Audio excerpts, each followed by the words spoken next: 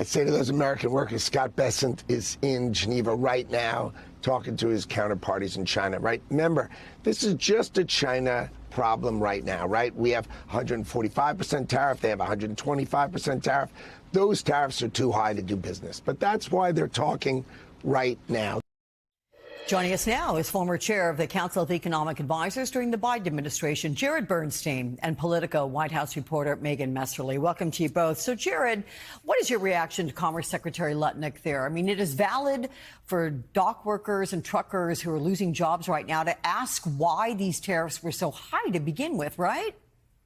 Exactly right. What I was struck by and what we just heard was Secretary Lutnick sounding like this problem that we have came from outer space. And it wasn't, in fact, his administration and his boss, President Trump, who set these tariffs at a completely impossible level, 145%. Alex, you and I have talked about this for a long time, and especially in the Biden administration, I was always straightforward about accusing China of unfair trading practices. But you don't get to where you need to be by stopping, which is essentially what we've done, cargo ships from moving between here and there. And so we are almost certainly looking at empty shelves a few weeks hence. This administration never thinks of measuring once, twice, thrice, and then cutting. They just cut and then let the chips fall where they may. And that's just a terrible way to run a global economy. And look, Lutnick, if you agree, sounded completely obtuse to concerns by dock workers, by truckers, Jared, who are saying, hey, we're seeing our hourly work diminish. We're worried about less income and being able to pay for what we need to for our families. There was no sense of that. So, Alex, your problem with your analysis is you just have too much common sense that you're bringing to this. You know what I mean? It's anyone who knows anything about this, and even people who don't know much about it, will tell you if you set prohibitive tariffs, dock workers are shortly going to be in trouble. Now, if you want to explain to those dock workers why this is worth their while, why on the other side of this great things will happen, go ahead and try pain now, gain later. But in fact, there's zero empirical evidence that these kinds of initiatives will yield anything that's going to help those workers or for that matter, the rest of us on the other side of this, which is, by the way, why you see the administration working pretty hard to find off-ramps to the president's just terrible trade policies. And they all kind of run around trying to explain how they're doing great negotiations. They're just covering up the damage that he's done. So, Megan, this meeting, it was just to get the ball rolling. So expectations from the Trump administration weren't high going in. And yet Trump is touting a, quote, total reset of trade relations. And now we have confirmation of, quote, substantial progress. Was this second day of negotiations an unexpected development? Is it hinting things are going better than expected? I mean, that is certainly what the administration is telegraphing out of these talks in Geneva. I think the one thing that we've heard is substantial progress. U.S. Trade Representative Jameson Greer, in the statement he put out, even referred to the words, a deal of some sort. Of course, we don't know exactly what that means. It's unlikely to be sort of a full-fledged trade deal or even the kind of frameworks that we've seen be in talks in other countries, like the one we just saw come out of the United Kingdom last week. So I think there's still a lot of questions about what exactly the details of this are. Now, we've heard that there will be a briefing tomorrow, so we will get more of these details. And of course, some of the details may start to trickle out ahead of that. I think the big question is going to be, was this just a reestablishing of relationships, which was sort of the baseline goal going into the meeting, just an easing of tensions and opening the door for future negotiations? Or did we actually see some real movement here? The president, posted on Truth Social before this Geneva meeting, said, 80% tariff sounds good to me, but I'll leave it up to Secretary Bessent. But I think to the point that you all have been discussing, 80% is still prohibitively high. So that would honestly be more of sort of a cosmetic change, sort of signaling an easing of tensions more than anything with any practical effect. So lots of details to be figured out.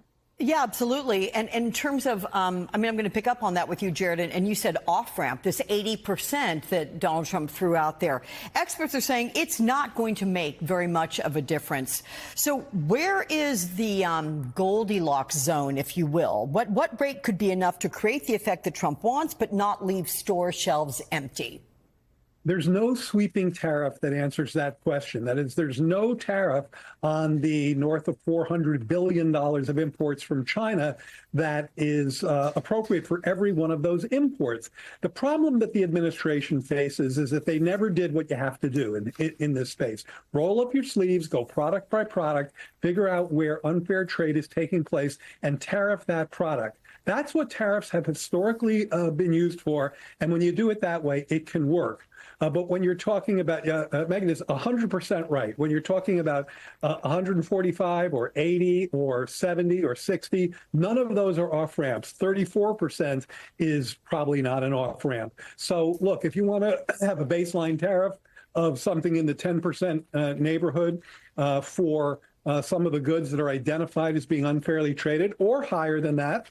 You know, we went a lot higher than that on things like electric vehicles and critical minerals because those were areas where China was flooding our market unjustly.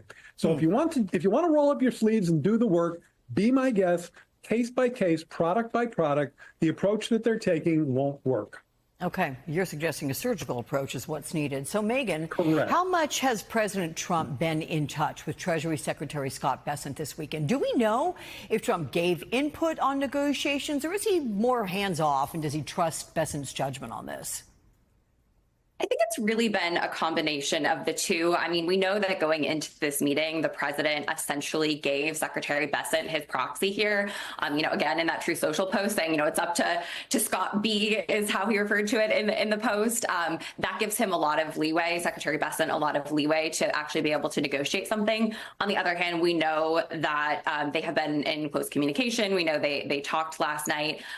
So this is not, happening without the president's involvement or input. This was something that was really important to China. In fact, they had been asking for a point person from the administration, to be able to have these kinds of conversations with. And they wanted to know that this is someone who had the president's support and the president's ear. So it's important to China also that the president is looped in on this, because of course, if Secretary Bessent goes in and makes a deal that the president is not okay with, he's not going to adhere to it. And so it's been important that they stay in communication.